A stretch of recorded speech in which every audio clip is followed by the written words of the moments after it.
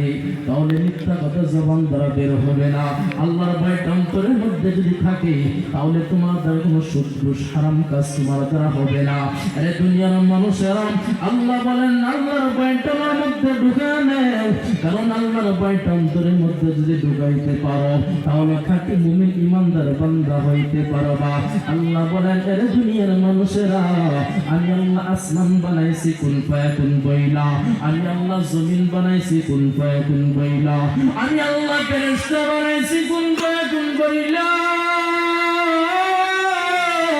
আমি আল্লাহ পাহাড় বানাইছি কুন ফায়াকুন বইলা, আমি আল্লাহ সাগর সমুদ্র বানাইছি কুন ফায়াকুন বইলা। কিন্তু তুমি 3.5 হাত একটা বড় একটা মানুষ, তোমাকে কুন ফায়াকুন বলে বানাই না। আমি আল্লাহ তোমাকে কুন ফায়াকুন বলে বানাই নাই। খলাকতু বিয়াদি, আমি তোমাকে নিজের হাতে মহব্বত করে বানাইছি। আরে দুনিয়ার মানুষেরা তোমার মাথার উপরে 7টা আসমান আল্লাহ পাক রব্বুল আলামিন বানাইছেন, কত বড় বড় আসমান। এত তোমাকে বানানোর যে সময়টা তার চাইতেও সময় কম নিছেন। কেমন সময় কম নিছে জানোনি?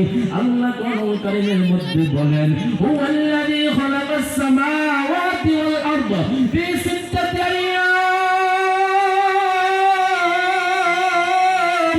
আল্লাহ বলেন তোমার একটা সুন্দর আমি তোমার উপরে তো সুন্দর বড় বড় 7টা আসমান বানাইছি। আমি আল্লাহ তোমাকে বানানোর যে কত সুন্দর কত লম্বা সময় নিয়েছে, তো লম্বা সময় নেই নাই। আমি আল্লাহ 6 দিনে বানাইছি, মাত্র 6 দিনে। আমি আল্লাহ জমিনটা বানাইছি 6 দিনে, আসমানটা বানাইছি 6 দিনে। কিন্তু তুমি 3.5 একটা বড় মানুষ, তোমাকে আমার আল্লাহ ইচ্ছা করলে কোন ফায়াকুন বলে বানাইতে পারতো, আমার আল্লাহ ইচ্ছা করলে 6 দিনে বানাইতে পারতো। কিন্তু আল্লাহ তা না করিয়া 10 মাস 10 দিন সময় দিলেন। কারণ কি? এই আল্লাহ বোঝাইতে চায় দুনিয়ার মানুষেরা একটা মূল্যবান জিনিসকে যদি তোমরা আস্তে আস্তে করে বানাও, ওই জিনিসটার প্রতি মায়া বেশি লেগে যায়, ওই জিনিসটার প্রতি মহব্বত তোমাদের অন্তরে বেশি লেগে যায়। আমি আল্লাহ এজন্যই তো চাই আমার ভয়টা অন্তরের মধ্যে ঢুকাও, যেন মুমিনের পরিচয় নিয়ে যেন কবরের মধ্যে যেন ঢুকতে পারো।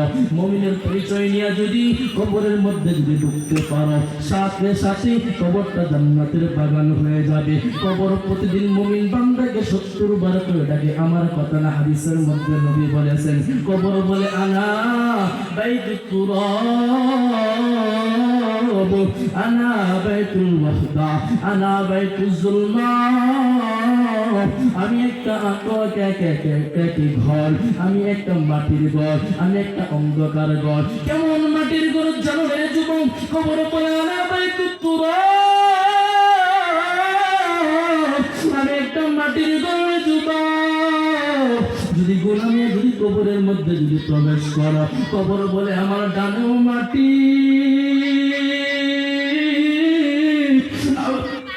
আমার বামেও মাটি, আমার পিছনেও মাটি, আমার সামনেও মাটি। নাফরমান যদি গোলামে যদি কবরের মধ্যে প্রবেশ করো, কবর বলে আমার ডানেও মাটি, পিছনেও মাটি। এত জোরে জোরে চপ লাগাইবা যুবক, লাগাইবা এক পাজরে অপর পাজরে দিয়ে প্রবেশ করে যাবে, এক পাজরে অপর পাজরে দিয়ে প্রবেশ করে যাবে। এজন্য যুবক মুমিনের পরিচয় জানিয়ে কবরের মধ্যে ঢুকো। আল্লাহ পাক রব্বুল